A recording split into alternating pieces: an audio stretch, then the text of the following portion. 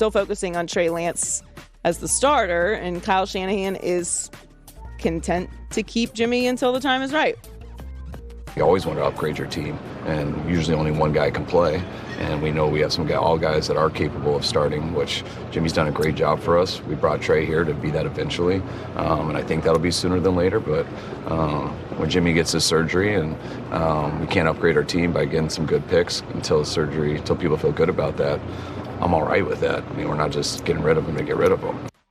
I just don't know. The 49ers owner Jed York also said that they'd be fine with keeping Jimmy G next season, even as the backup. He said, if we're going to overinvest in something, I'd rather overinvest in the quarterback position than anything else. No, that makes sense. I get that. I understand that. Yeah, as long as Trey gets most of the snaps, that's the key here. We have a developing player. He needs snaps, OTAs, camps, preseason. He has to get all of them. Yeah, you'd think.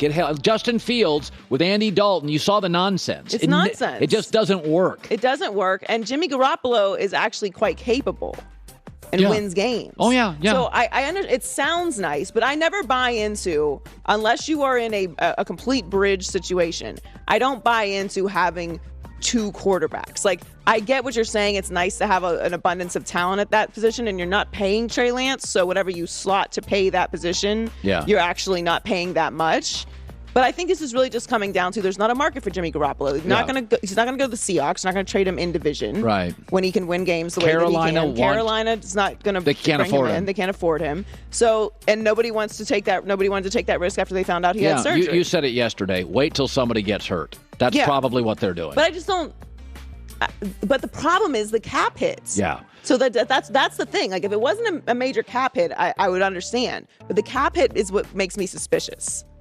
Yeah, it's a good drama, right? They're going to be one of the more Chicago and San Francisco. We've got two potential star quarterbacks. I like and by the way, rosters, especially in San Francisco, good enough to win. Like, I like these kind of stories. I'm very excited to watch Trey Lance and Justin Fields this year. So before Russell Wilson was traded to the Broncos, the Eagles were heavily linked to him and potentially looking to upgrade from Jalen Hurts, but obviously Russ did not go there. And Nick Sirianni is reaffirming the team's commitment and is excited for Jalen Hurts' ongoing development. I couldn't be more excited about Jalen Hurts and, the type of player he is, the type of person he is. I know he's going to continue to develop because of who he is. And so I couldn't be more excited to work with him, and I know he knows that. I know that he's excited to work with us and to build on the good year that he had last year. And so he knows he's our guy, and we show him that with our actions day in, day out. I didn't have a problem with them being in the Russell Wilson sweepstakes. I will say this, though. It is funny. The idea that you tell somebody, hey, you're my guy for 12 months. Like, honestly, if Ann would have come to me when we get married, listen, I'm all in for 12 months. I'd be like, that's not really all in. It's funny. We say, everybody in Philadelphia, hey, we have got your back. What you're saying is until about Thanksgiving. It is. Yeah. No, I mean, that's... Sports unlike marriage, that you are only as good as you are lately. Like, that's what it is. Jalen had a nice year last year, but he does have some places he still needs to develop. I like him as a player. I think if he can refine a little bit, he needs to work on his deep ball and accuracy a little bit over this offseason. But he's a really young player. They got to the playoffs. They were bad at wide receiver, which is really important. So they're one of those classic, I don't know what the ceiling is. My guess is it's not terribly high.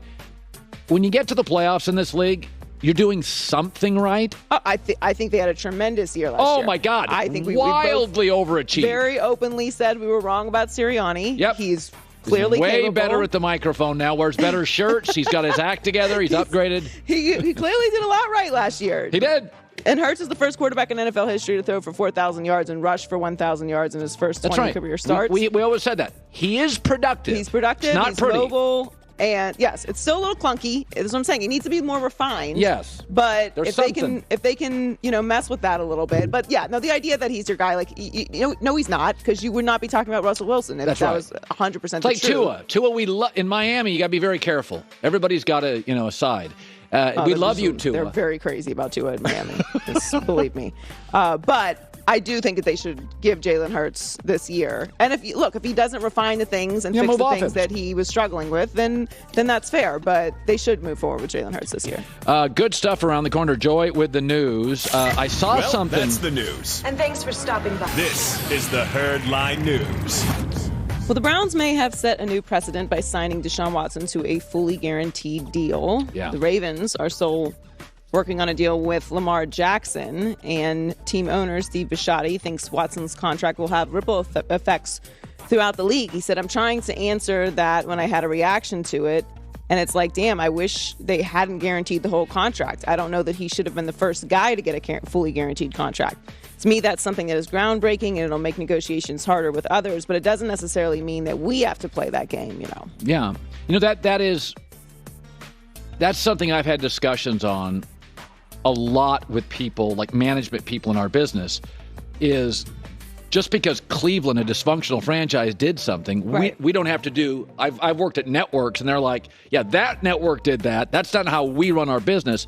So I understand his concern, but I don't think, like, I would just say, we're not going to do what Cleveland did. When have we ever followed Cleveland's lead in the NFL? Correct. I don't think that owners were happy about this deal. Oh, no, they weren't. And it is unprecedented. And precedent is always the word that people use in negotiations. Well, we can't give you this because we can't set that precedent.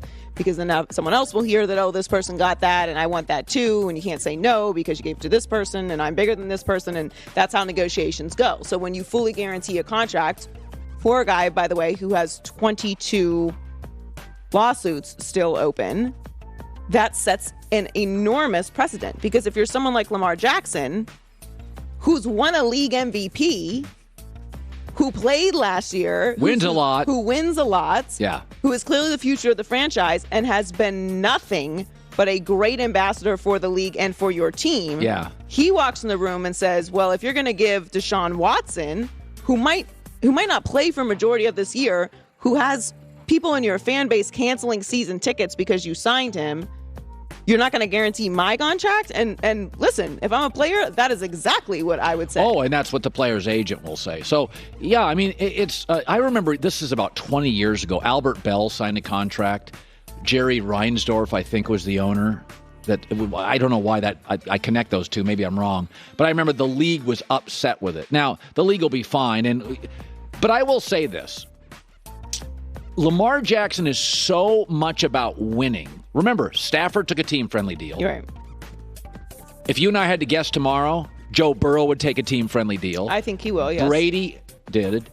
Now, that's not Aaron's DNA, and it may not be Kyler Murray's. My guess is Lamar wouldn't do that. That Lamar's DNA tells me he's so into winning, and he understands it. I do think there are players and agents that would do that. I don't think Lamar would. I also agree with you that the Browns' way of doing things is not how. Who's ever looked at the Browns like, that's a good idea, we'll take that. That's worked out well for them. We have no idea if this is even going to work out well for the Browns. There is no indication, I guess, is what I'm saying, that Lamar is driven by money. Now, no. And I do think that they're going to get a long-term deal done, and they should get it done. Yeah. And they should pay him, and they should probably not take the most perfect team deal for someone like Lamar Jackson in the point that he is in his career. It's not going to be a bad deal for Lamar Jackson at this point. You know what he is. Players historically, now Aaron's an exception, players historically want to win. They really do. I saw the Heatles. People took pay cuts. I liked the Warriors. Durant took less money. Right. Like, if you look at the history of pro sports, the great athletes want to win. Dwayne Wade took multiple cuts because of Shaq, because of LeBron, Matt Stafford, Patrick Mahomes. Josh Allen could be making $55 million a year had he waited. He's making $43. Why? Small town kid. He wants to win games. And he has $150 million guaranteed. Yeah. So the two quarterbacks with the most guaranteed money are Josh Allen with $150 million guaranteed and Aaron Rodgers with $150.7 million guaranteed. Yeah. I'm with you. Nothing is everything or all. Like that, you have the initial panic when you hear news like this, but there's always going to be players who understand it or who make enough in endorsements or who just want to be flexible in that way. And then there's going to be players like Aaron Rodgers and Deshaun Watson who want everything guaranteed. But the problem is the precedent of it. So now if you are not a Deshaun Watson with 22 open civil cases and have played last year and, have the credentials to be at that level, you can put that on the table. Well, maybe we're not getting all of it guaranteed, but we're going to get more than you planned on it.